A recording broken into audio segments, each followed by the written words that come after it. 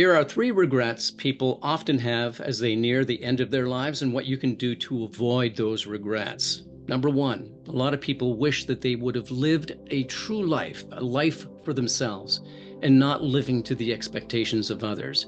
That's so true when you think about it. So many people are people pleasers, and they're worried about the opinions of others. So they tend to live a life not what they want to do, but at the expectations of others. One of the ways to cure that is to start living for yourself. Don't worry about the opinions of others. Be true to yourself and live a meaningful life.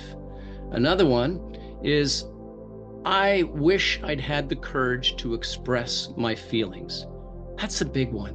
So many of us keep our feelings inside. When we love someone, we're almost afraid of expressing that love or that interest when you're interested in someone. We miss so many wonderful opportunities to enhance our lives and to enhance the lives of others. So think for a moment. If there's someone in your life that you want to say, I love you to, make sure you do. If there's someone you're interested in, let them know. Don't worry about it. If it works out, great. But if you don't express those feelings, nothing will ever come of it. And the other one is, I wish I'd let myself be happier.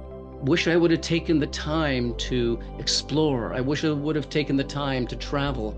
I wish I would have taken the time to just be myself and just be in a good place.